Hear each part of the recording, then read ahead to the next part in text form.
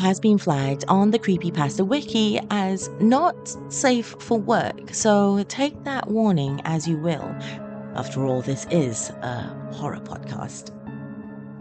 Also, my dears, as a bit of a thank you, as I announced on YouTube not too long ago, last week I think, I will be giving away some of my haunted dollies, my one-of-a-kind hand-painted haunted dollies.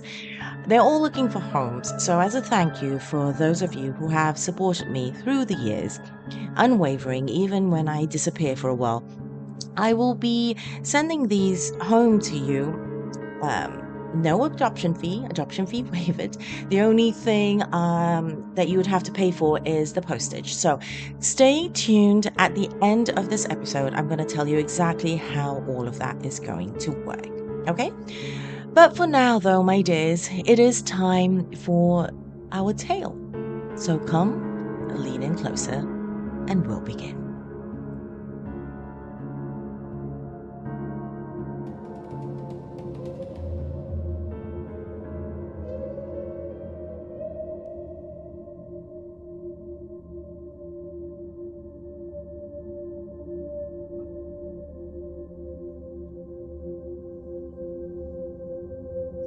All children are born with a soft spot.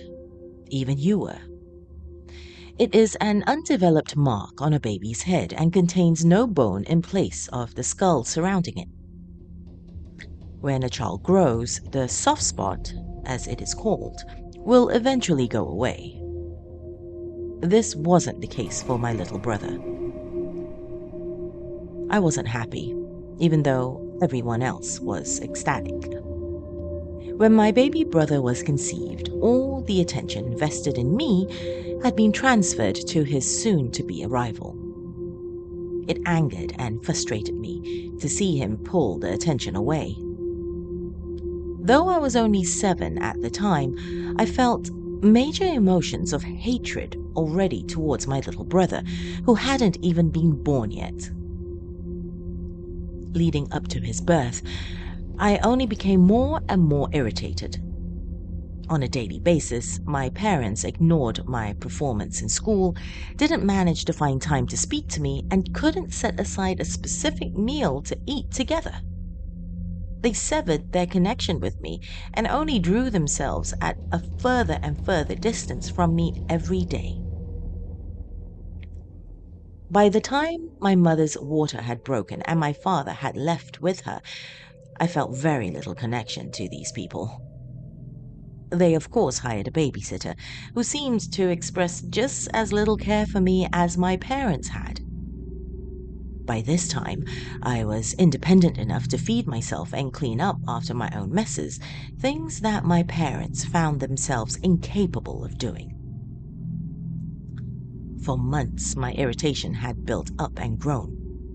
Every day my father had shown more and more sloth, and my mother only spent more time than ever indulging in herself. Both of them had utterly sickened me, and all of it stemmed from their new, highly anticipated baby. They didn't know it, but I watched them. I watched my parents every day and noticed how much they began to change, all from one simple child. Interesting, I thought, how something not even alive had issued so much conflict. My parents soon burst through the doors with their beloved newborn. My mother held the child high in her hands with a look of joy and love in her eyes. My father greeted my new brother with a stretching grin across his face. I could see newfound happiness in their eyes that before had seemed impossible to obtain. Once again, my parents were overjoyed, and this bothered me. I had grown feelings of abandonment and hatred towards these people that I no longer considered family. They felt no purpose to call me down to see my new sibling as I watched from the stairwell.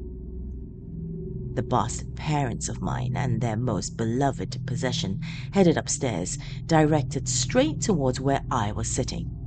As if I were covert, I silently snuck behind my door, though I'm sure I would have remained unnoticed regardless.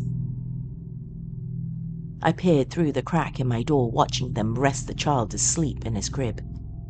Though elated, I could also tell my parents were exhausted and would soon be in need of sleep. They headed off, leaving my baby brother vulnerable to any impending dangers they may have been able to earlier fend off. Perhaps in other words, I was one of those dangers. While my parents made their way down the hall to their bedroom, I crept quickly over to my brother's crib. Though I moved hastily, I put in some effort to ensure they wouldn't hear me as I silently tiptoed to his room. I gazed over his bed. The crib he lay in left him entirely helpless to me. He had no defense up, no protection from my doings. I felt powerful at this moment, as if I had taken complete control and finally would be able to have an impact. Suspiciously scanning around the room to ensure no one was watching me, I stretched my hands down to the crib. My sleeping brother, just inches away from me, seemed almost motionless. When I finally had reached him, I felt the warmth of him emanating as I watched his stomach fill with air and exhale. I held the child high in front of me as he still remained trapped in his slumber. I watched in interest as his heart pulsated and I could see the rising and fall of his chest. However, when I peered closer, I noticed his chest wasn't the only body part pulsating. I saw a lump nearing the back of his head. It grew, then shrunk, and continued to do so. It looked as if there was some sort of balloon under his skull as I watched the child's head grow and shrink in that single spot. I was intrigued at this point and felt curious to touch this patch of skin on his head. Rather than a hard, robust plate of bone, I felt a soft, mushy piece of cartilage. Out of surprise, I jutted my hand away from his head. I held my hand and looked back to the boy in confusion. Still sleeping, I attempted once again to feel the soft spot of flesh. The hole in his head that I had just discovered was his soft spot. As I explained earlier, he differed from other children. His soft spot never went away, and I was the one to thank for it. Since that night, I had continuously paid my brother a nightly visit to study the spot on his head. Other routines remained the same. My parents treated me as if I didn't exist, my brother was the focal point of the family, and I only grew more indifferent to them as a whole. With the exception, of course, being my brother. In fact, all my attention was invested in him. Not because I cared for him or liked spending time with him, it was merely due to that intriguing soft spot. I played with the mush bunch of cartilage every night, almost to the point of experimentation. My brother never cried, nor, oddly, never woke. To my surprise, no one had figured to this point what I had been doing. Months passed. My brother's soft spot began to gain bone. I wouldn't allow this to happen. I panicked as soon as I began testing things on his soft spot. I used the hole in his brain as an entry point for my experimentation. Now, with his soft spot fading, I would have no such chance. In the middle of the night, when I made my routine trip to my brother's room, rather than simply planning for experiments, I brought tools with me. I held a tiny, yet capable small metal hammer. Looking at my brother's head, I was now sure I would wake him. I left the room and gathered duct tape. Covering his mouth, I wrapped several rolls around his tiny head, making it impossible to speak. I firmly held the hammer in hand and looked directly at his soft spot. I gave one last touch to it, feeling the notion of growing bone. I raised my right hand high and looked directly at the target. Slowly, my arm extended tall and rose before his head, tightly gripping my weapon. Then, with a swift whoosh, the hammer hastily sped through the air, humped forward by the muscle in my arm. It accelerated quickly. Then right away, it came to a complete stop as it whacked my brother's skull. I heard the thin bone shatter over his muffled cries for help. Looking at his head, I saw blood fill beneath his skin as he internally bled. His screams and cries only heightened, and I feared they would wake my parents despite the tape around his mouth. Rather than hiding, I stretched my hand and grabbed his mouth, ensuring no sound would escape. He thrashed back and forth, pleading for help, but I wouldn't allow him to get away. Only being months old, he was easy to hold. I hoped he wouldn't alert my parents, but hoped more for his survival so I may continue feeling his soft spot. I somehow had grown some obsession over his soft spot. It was as if it were the only thing that comforted me. Something about having direct access to the brain pleased me. I dreamt of experimentations, though I was far too young to create any sort of formula. Months passed, and eventually years as I continued this ritual. My brother seemed accustomed to the pain as he grew. Each time I smashed the growing tissue in his skull, he appeared to suffer less and less agony. By the time I reached my adolescence, he had still no ability to speak. My parents believed he was mentally challenged, though I knew exactly why his brain hadn't worked. My parents still expressed equal, if not more, indifference towards me than before. My feelings for them had, however, drastically changed. I didn't feel indifferent towards them. I now resented them. I held strong hatred towards them for their lack of presence in my life. The next night, my baby brother wouldn't be the only one in the family with a soft spot. I sluggishly meandered my way down the creaky hall that led to my parents' room. After paying the routine visit to my brother, I stretched my limbs into the crack in their doorway. Making as little sound as possible, I entered their bedroom. Filled with the echoing sounds of my father's yawning, I stood before their bed. I held an unbroken gaze at them now while I held my hammer in my hand. The same hammer I cracked my brother's skull with now lay inches behind my father's skull. Just as before, I slowly pulled my arm back. I locked it in position, grasped it firmly, and pushed it forward with full throttle. When it smashed my father's head, his yawn morphed into a resounding yelp. I quickly repeated the process. I smashed and smashed his skull repeatedly with the hammer, bashing his cranium. His screams soon halted. His brains lay splattered around the bed, and the shell of his head rested in shattered pieces around the bed. Thick, sticky plasma spewed from the rest of what was left from his head. My mother gave me a look of awe and was unable to move or speak. I analyzed a look of terror within her. Approaching her, I held my hammer in pan. My hands were now soggy, drenched in blood. I did not change the direction of my eyes. I fixated them solely on her. I raised my hammer, slowly and steadily. I once again released it with full rein on her skull. Both my parents died that night. I, of course, fled my home, regrettably leaving my brother behind. I have roamed the world for years now, looking for that coveted soft spot, so I may once again feel the soothing texture. I have restlessly searched and only had a couple of chances. Babies are too difficult to come by and much more difficult to reach. I have resorted to any form of soft spot available, sometimes visiting strangers in the night.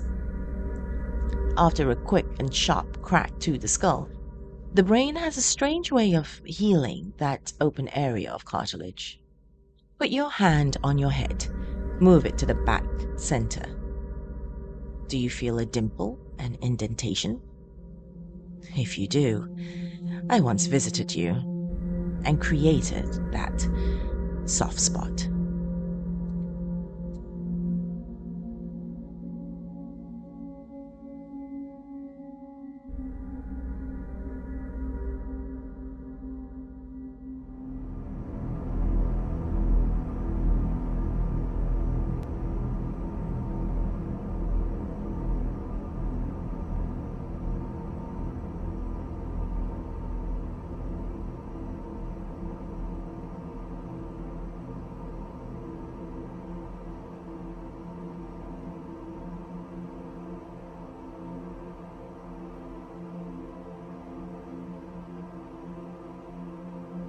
If a story makes you do something physical after listening to it, for example, reach out to the back of your head to see if there is indeed a small indent in it, that is a pretty good video or story. Would you agree? Now, I did say I was going to tell you how you can put yourself into the draw for my Haunted Dolly giveaway. So basically, I'm going to give away one Haunted Dolly, handmade, or rather repainted by myself. They all come with a little death certificate with their name, their date of death, and how they died. So think Cabbage Patch Kid, but a little bit morbid. So these are basically the official rules. This is how you can win yourself a Haunted Dolly. You'd only have to pay for shipping, and I promise I will keep that as low as possible. I've even got pirate ship to ship it as cost effectively as possible, so I promise you that. So these are the rules on how to enter. Okay, so I will be giving away one Haunted Dolly every 2 weeks. Okay, so the name of the Haunted Dolly that will be given away will be in the description of the podcast and the video for that 2-week period. Now, all you have to do is simply leave a comment on any of the YouTube videos during the 2-week giveaway period. There will only be one eligible entry per video that you comment on. Now, multiple comments on the same video will not earn additional entries. No matter how many comments you leave on a single video, you will only receive one entry for that video. However, if, for example, 3 videos are released during the 2-week period for that particular dolly, and you comment on all 3, you will receive 3 separate entries for the draw. So basically, what I'm trying to get you to do is comment on all my videos, all right? Each video and each comment on each video will get 1 entry, but multiple comments on one video just qualifies for 1. Okay? At the end of the 2-week giveaway period, I will select one winner at random from all the eligible entries, and you will receive a Haunted Dolly. So thank you for this, and this is just my way of saying thank you for supporting me and being a part of this community. Speaking of community, I of course cannot end an episode without thanking those of you who have continuously supported me on Patreon. Family members such as Laura Harp 66, Kira Powell, Oliver Dace, L. Andrew Augustus, Stephen Aguilera, Casey Eichenser, Tay the Fluth, and all of you who listen in, who like, comment, share. I really do appreciate it. That is all the time we have this week, my lovelies. Until next week, sweet dreams.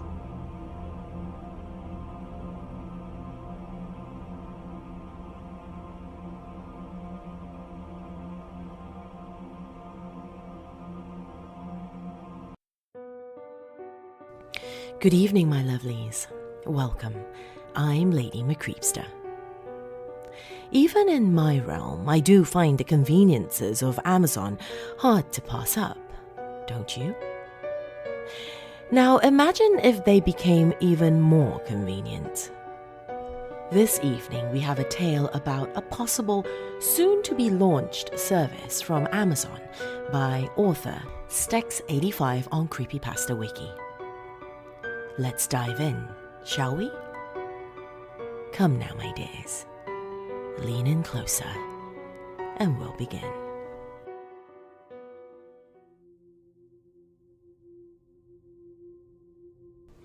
I got an email from Amazon about a month ago saying I had the opportunity to be part of a trial group for Amazon Ultra. The spiel promised access to all the regular Amazon Prime stuff, Amazon Video with some extras for some of the shows, making ofs, etc., Amazon Music, which, to be honest, I never used, I've got Spotify for that, and a new delivery plan. For a hefty monthly fee, I could get unlimited immediate delivery on everything.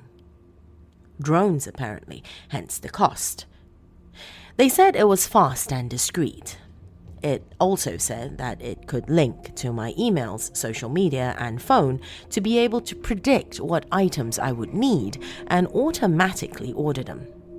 It would even anticipate the time I would need them. Well, obviously I signed up.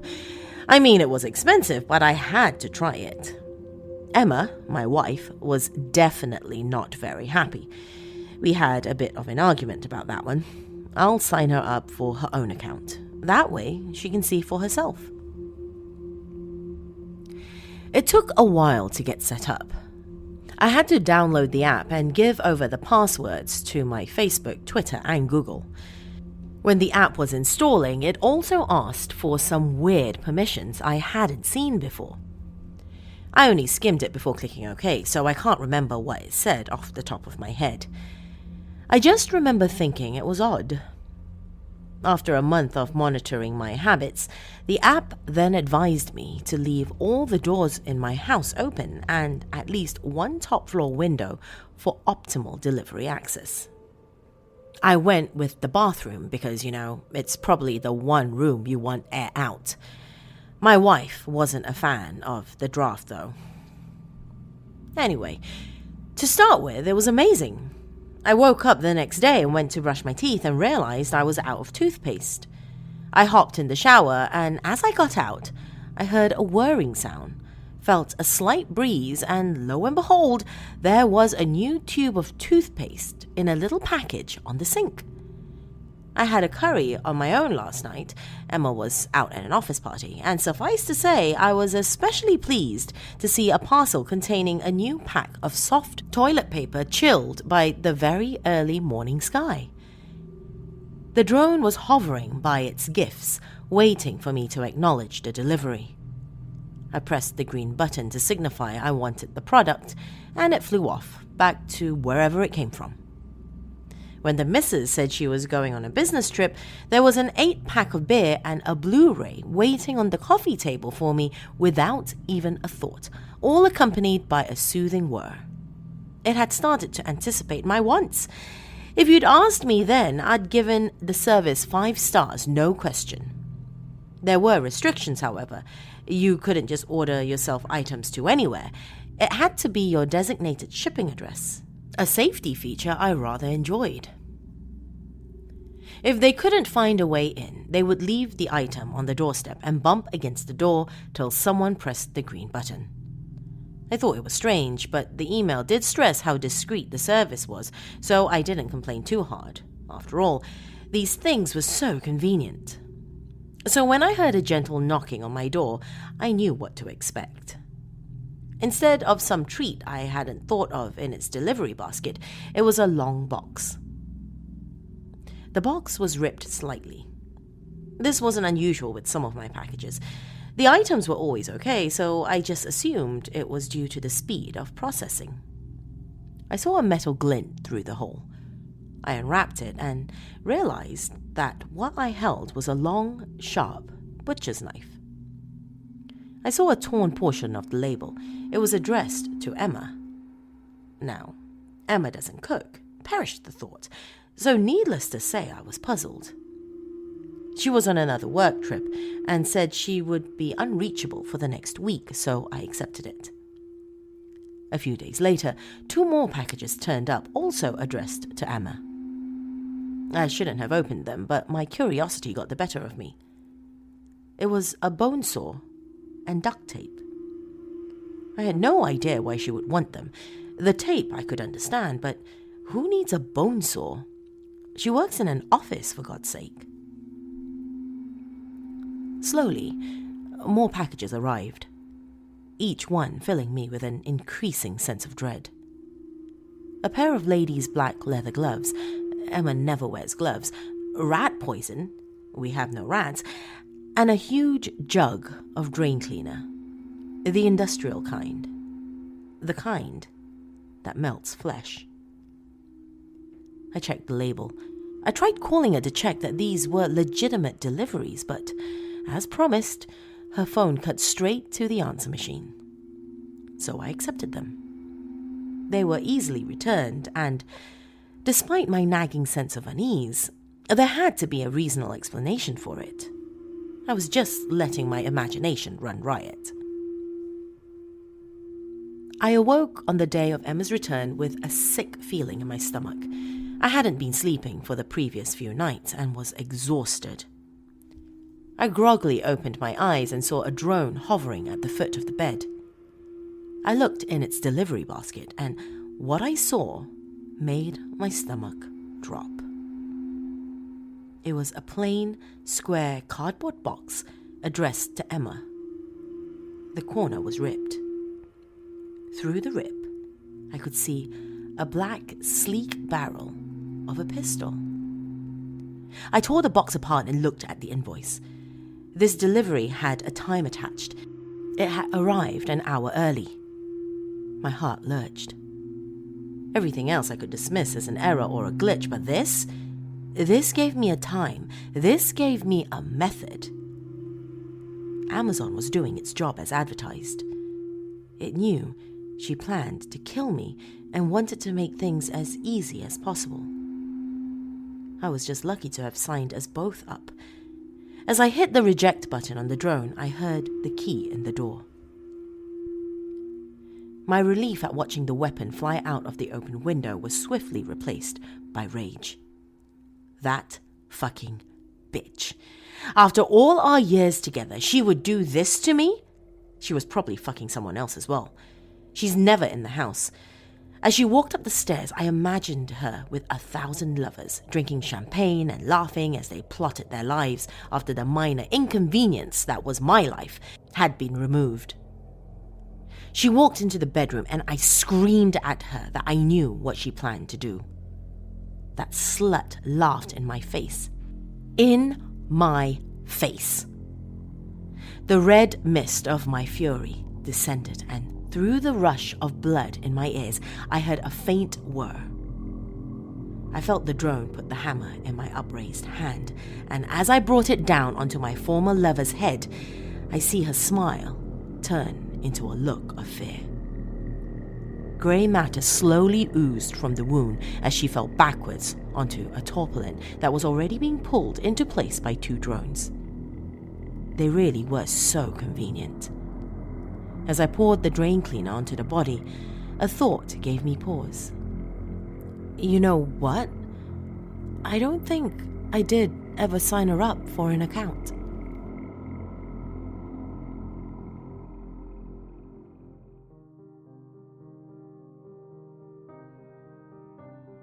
How many of you want to sign up for that new Amazon service, my lovelies? Let me know in the comments below or on social media.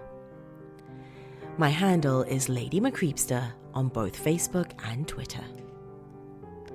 If you have just stumbled upon my realm, do feel free to have a look around, my dears. And before you leave, be sure to hit subscribe, and for those of you watching on YouTube, hit that bell icon as well.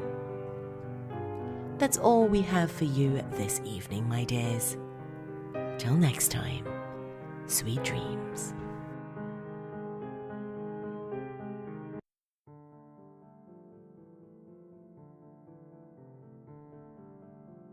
Good evening, my lovelies, and welcome. I'm LadyMCreepsta. This weekend marks the halfway point to Halloween. So happy halfway to Halloween to you, my dears. In celebration, we have, as usual, another creepy tale from Creepypasta Wiki. Before we delve right in, I do want to take another moment to thank all my Patreons. If you too would like to join my dark family on Patreon and support this channel, go to patreon.com/LadyMCreepsta, where as little as $1 a month really does go a long way into helping keeping this channel and podcast alive. Now, on with today's tale. So come now, my dears, lean in closer and we'll begin.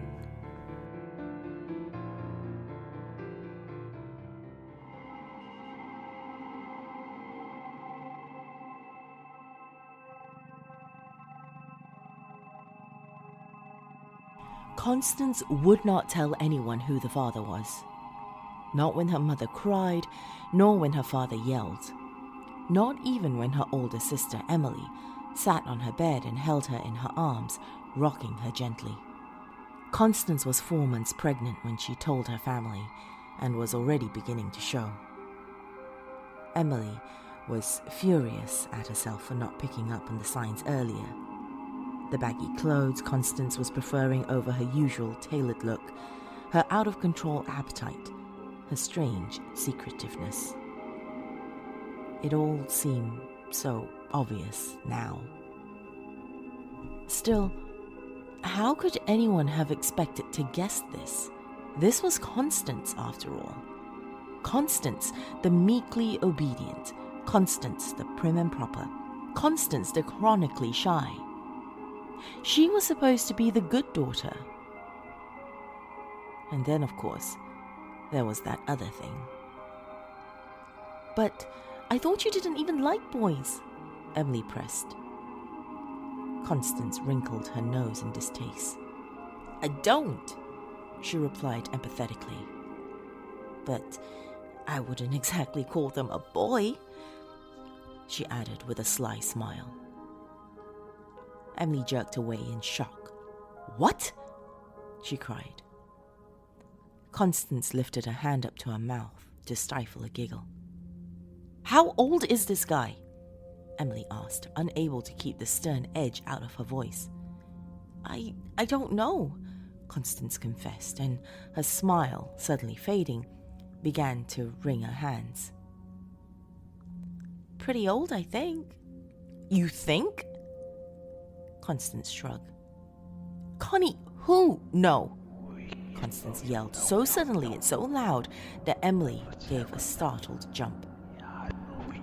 Constance reached out and clasped Emily's hands tightly in her own. Emily, she pleaded, don't ask me that, please. I swore I'd never tell. Emily snatched her hands away. She could feel anger rising in her throat like bile. Connie, if you're protecting some creep... Constance laughed. Emily didn't see what was so funny.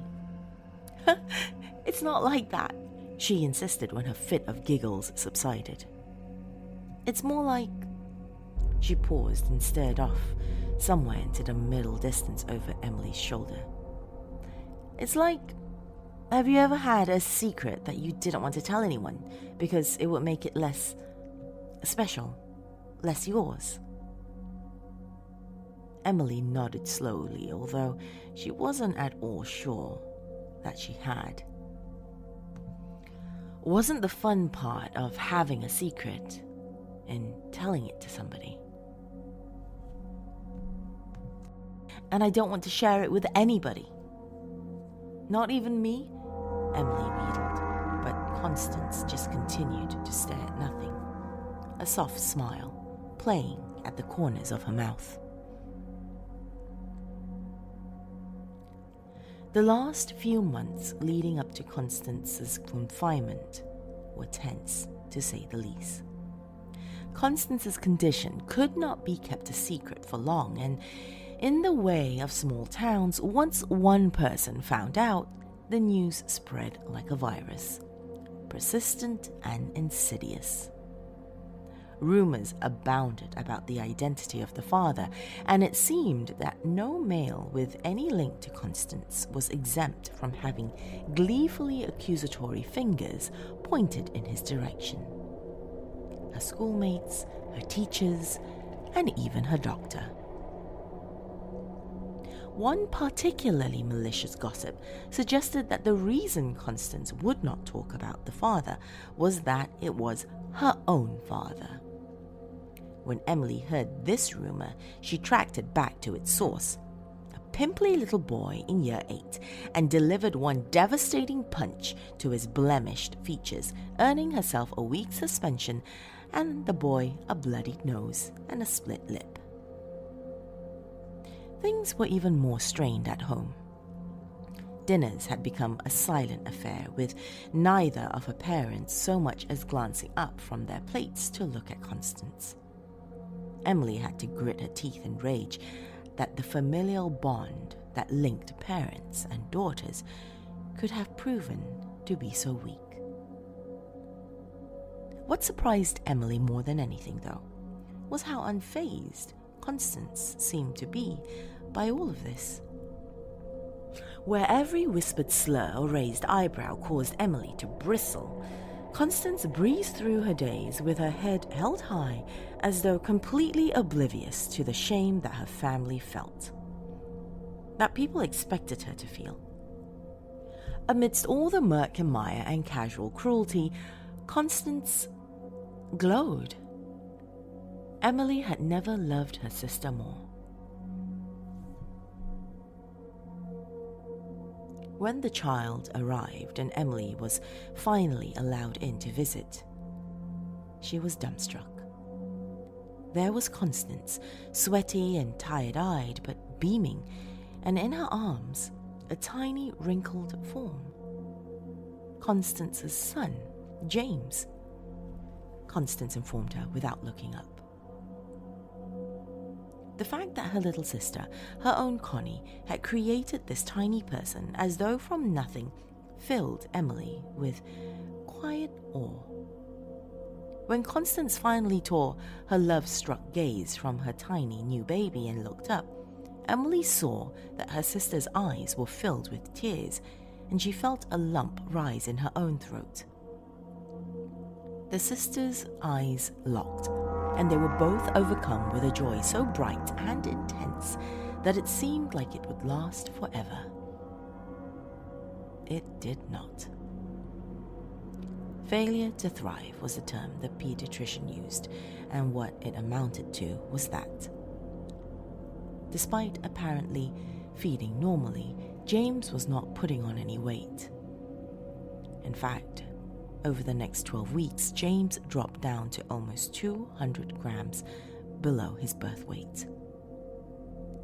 They ran all kinds of tests.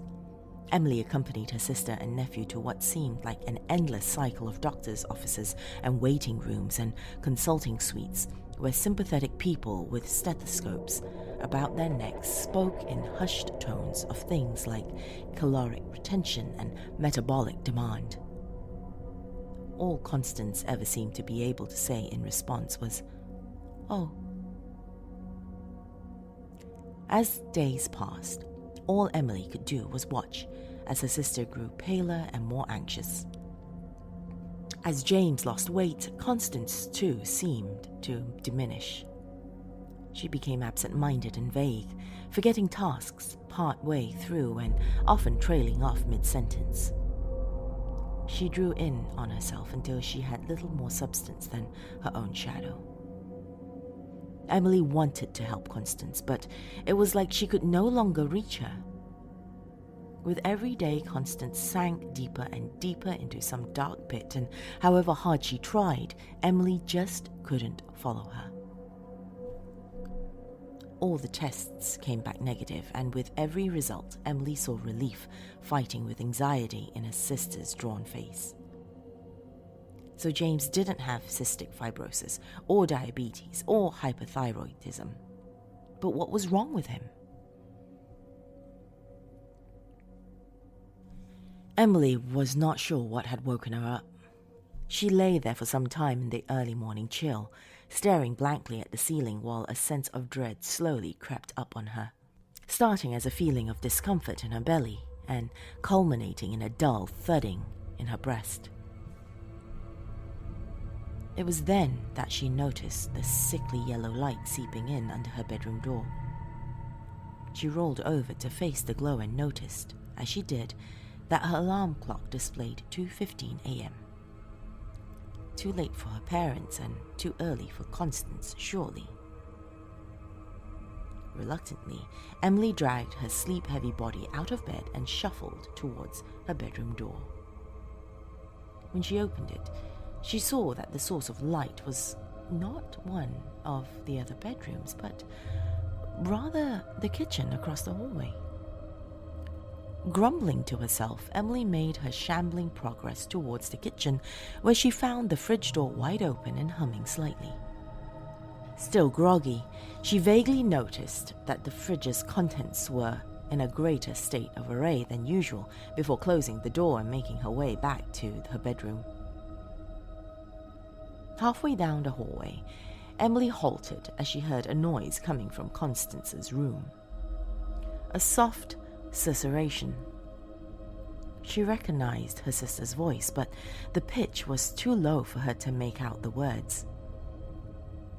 Emily began to move again, but something in the tone of the voice emanating from the darkness of Constance's room stayed her, a wielding note edged with quiet urgency, and brought back that creeping dread that first dragged her from her slumber.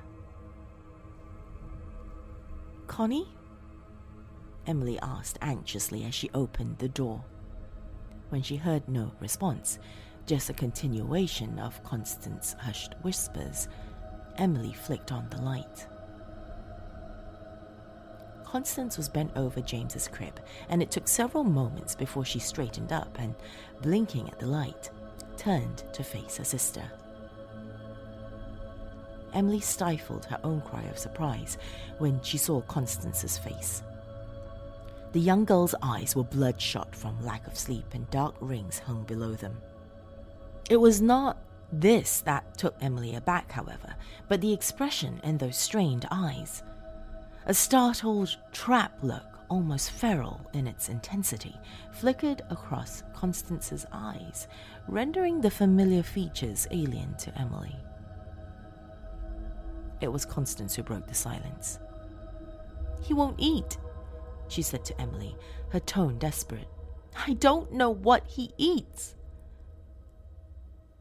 Emily's eyes darted down, and she saw that her sister was clutching something tightly in her right hand, a lumpy mass that dripped on the rug. So incongruous was the sight that Emily did not immediately register what it was: a raw steak. Emily stared in mute shock while her mind reeled. What was Constance doing with that meat? What was she thinking? Emily swallowed a lump in her throat and began, slowly, with soothing noises, to advance on Constance. "Shh, Connie," she crooned gently. "Shh." When Emily reached her younger sister, she took her hands, which she saw then were trembling violently, in her own, surreptitiously removing the slab of meat and placing it on the changing table. She glanced down into the crib and noted that James seemed to be sleeping soundly. Gently, she guided Constance back to her bed and persuaded her to lie down. Once she was beneath the covers, Constance began to weep softly. "I don't know what he eats," she choked out between sobs. Emily stayed on the edge of her sister's bed and stroked her long dark hair until she fell asleep.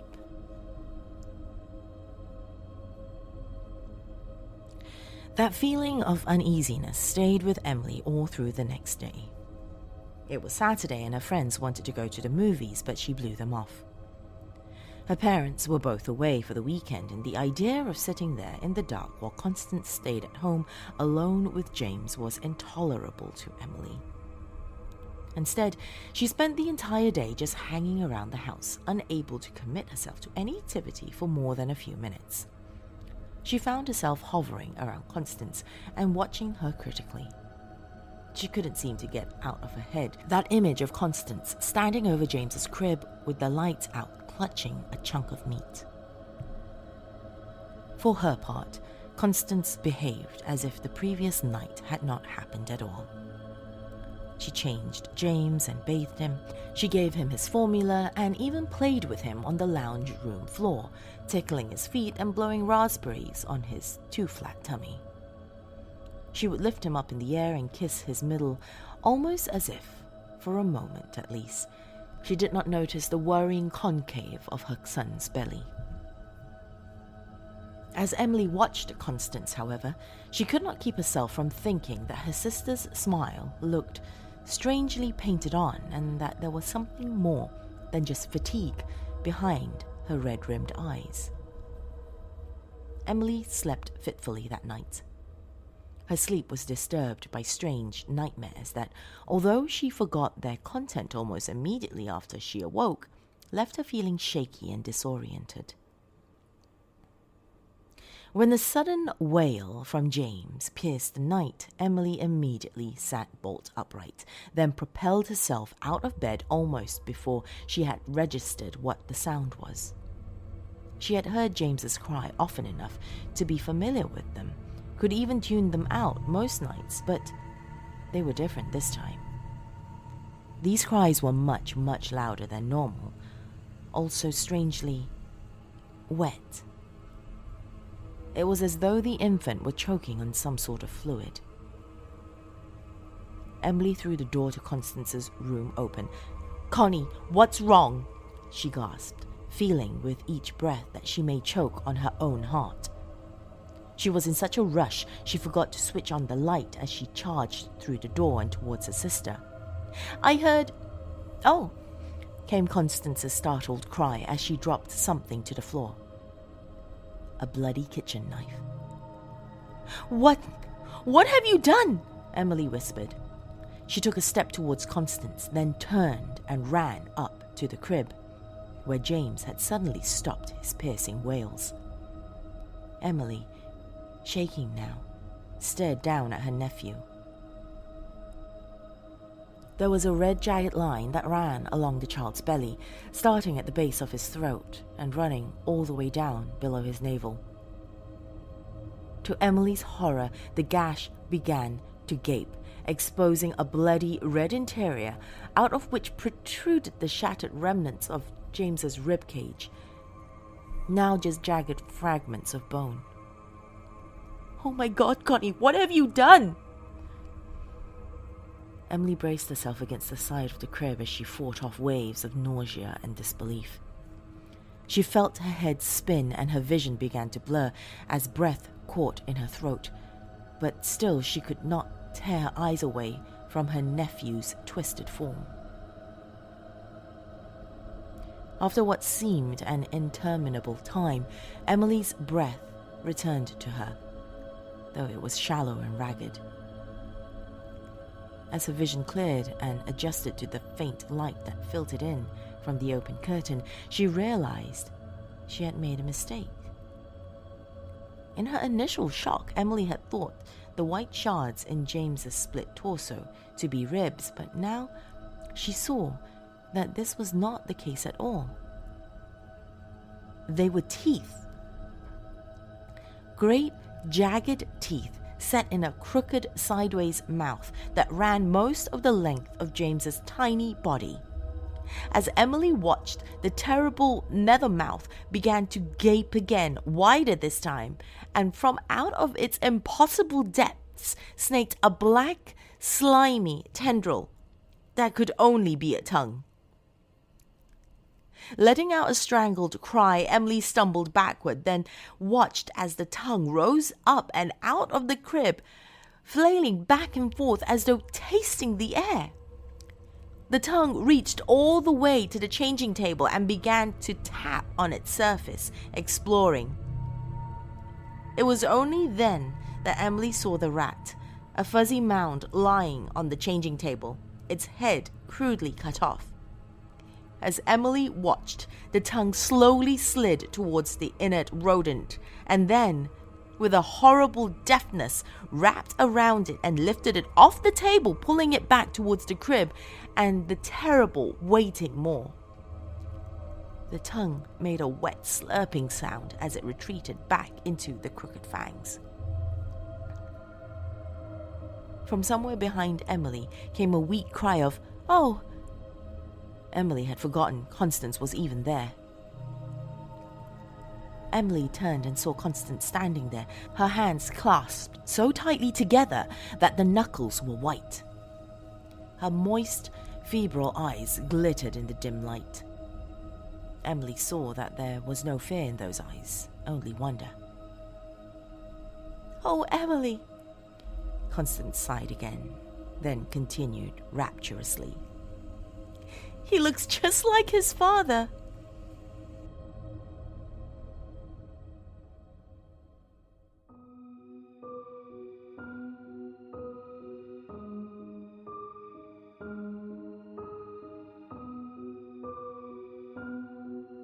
Thank you for joining me this evening, my lovelies.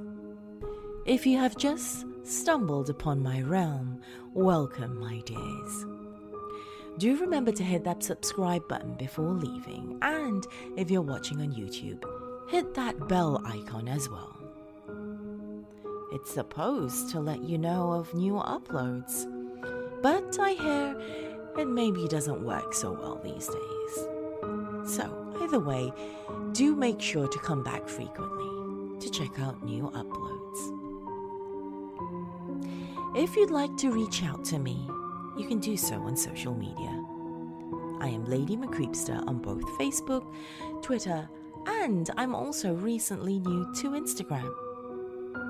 So follow me on those platforms and say hi. That's all the time we have this evening, my dears. Till next time, sweet dreams.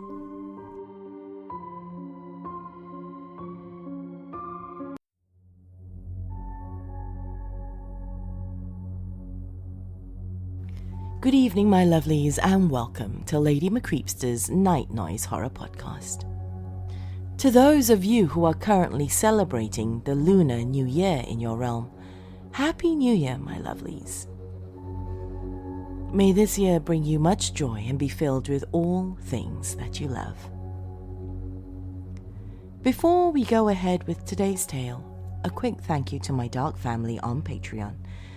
As usual, for your continuous support, as without you, this channel and podcast could not be possible. Ghouls such as Danny White, Dawn Fritzwater, Melissa Perez, Honey Santiago, Oliver Dace, Karen Parrott, L. Andrew Augustus, Dana Fringer, Stephen Aguilera, Tay the Fluth, Bill Thornsley, and Jacob Schaefer, along with everybody listed in the episode description below. If you would like to support this channel and podcast as well, go to patreon.com/LadyMCreepsta for more information. And now, though, my dears, on with today's tale. Today's tale comes from Creepypasta Wiki and is by author Locked334. So come now, my dear. Hello, my dears. Welcome to LadyMCreepsta's Night Noise Horror Podcast. Today's tale is by author Umbrello and is simply entitled Arms. So how about you come into my arms, my dears? Lean in closer and we'll begin.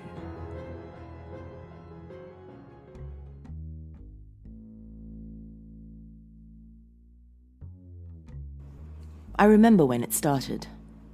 The woman next door was strangled to death in her bed.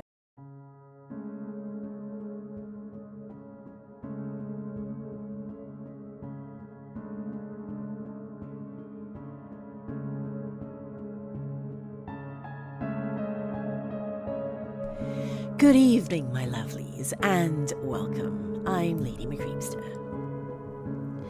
Today we have a creepypasta tale by author Scarjo. Now this is a tale that is an oldie, but definitely a goodie. I myself heard this by another narrator a while ago, and it's just one of those stories that sticks with you.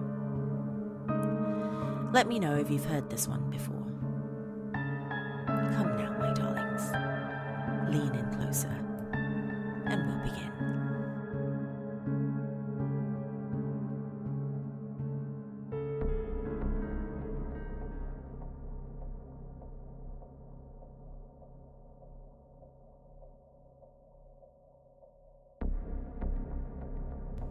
Have you ever forgotten your phone? When did you realize you'd forgotten it?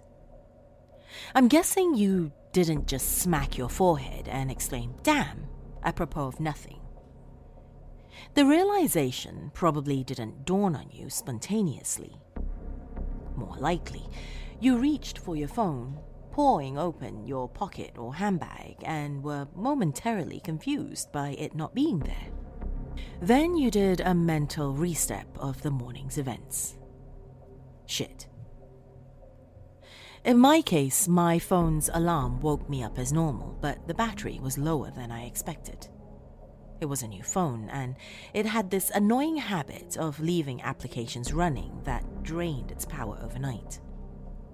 So, I put it on to charge while I showered instead of into my bag like normal.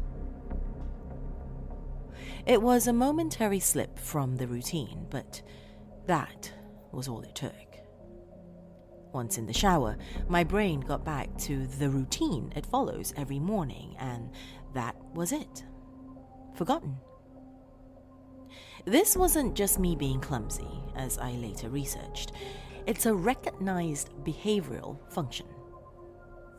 Your brain doesn't just work on one level, it works on many. Like when you're walking somewhere, you think about your destination and avoiding hazards, but you don't need to think about keeping your legs moving properly. If you did, the entire world would turn into one massive, hilarious QWOP cosplay. I wasn't thinking about regulating my breathing. I was thinking about whether or not I should grab coffee on the drive to work. I did. I wasn't thinking about moving my breakfast through my intestines. I was wondering if I'd finish on time to pick up my daughter Emily from nursery or get stuck with another late fee. This is the thing. There's a level of your brain that quietly deals with routine so that the rest of it can think about other things. Think about it. Think about your last commute. What do you actually remember? Little, if anything, probably. Most common journeys blur together, and recalling anyone in particular is scientifically proven to be difficult. Do something often enough and it becomes routine. Keep doing it and it stops being processed by the thinking bit of the brain, getting relegated to another part dedicated to dealing with it. Your brain keeps doing it without you thinking about it. Soon, you think about your route to work as much as you do keeping your legs moving when you walk.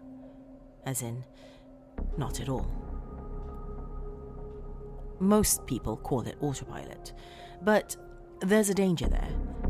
If you have a break in your routine, your ability to remember and account for the break is only as good as your ability to stop your brain going into routine mode. My ability to remember my phone being on the counter was only as reliable as my ability to stop my brain entering morning routine mode, which would dictate that my phone is actually in my bag. But I didn't stop my brain entering routine mode. I got in the shower as normal. Routine started. Exception forgotten. Autopilot engaged. My brain was back in the routine. I showered, I shaved. The radio forecast amazing weather. I gave Emily her breakfast and loaded her into the car. She was so adorable that morning. She complained about the bad sun blinding her, saying it stopped her having a little sleep on the way to nursery, and left. That was a routine. It didn't matter that my phone was on the counter, charging silently. My brain was in the routine, and in said routine, my phone was in my bag. This is why I forgot my phone. Not clumsiness, not negligence, nothing more than my brain entering routine mode and overwriting the exception. Autopilot engaged. I left for work. It was a swelteringly hot day already. The bad sun had been burning since before my traitorously absent phone woke me. The steering wheel was burning hot to the touch when I sat down. I think I heard Emily shift over behind my driver's seat to get out of the glare. But I got to work. submitted the report, attended the morning meeting. It wasn't until I took a quick coffee break and reached for my phone that the illusion shattered. I did a mental restep. I remembered the dying battery. I remembered putting it on to charge. I remembered leaving it there. My phone was on the counter. Autopilot disengaged. Again, therein lies the danger. Until you have that moment, the moment you reach for your phone and shatter the illusion, that part of the brain is still in routine mode. It has no reason to question the facts of the routine. That's why it's a routine. Attrition of repetition. It's not as if anyone could say, "Why didn't you remember your phone? Didn't it occur to you? How could you forget? You must be negligent." To do would miss the point. My brain was telling me that the routine had been completed as normal, despite the fact that it hadn't. It wasn't that I forgot my phone. According to my brain, according to the routine, my phone was in my bag. Why would I think to question it? Why would I check? Why would I suddenly remember out of nowhere that my phone was on the counter? My brain was wired into the routine, and the routine was that my phone was in my bag.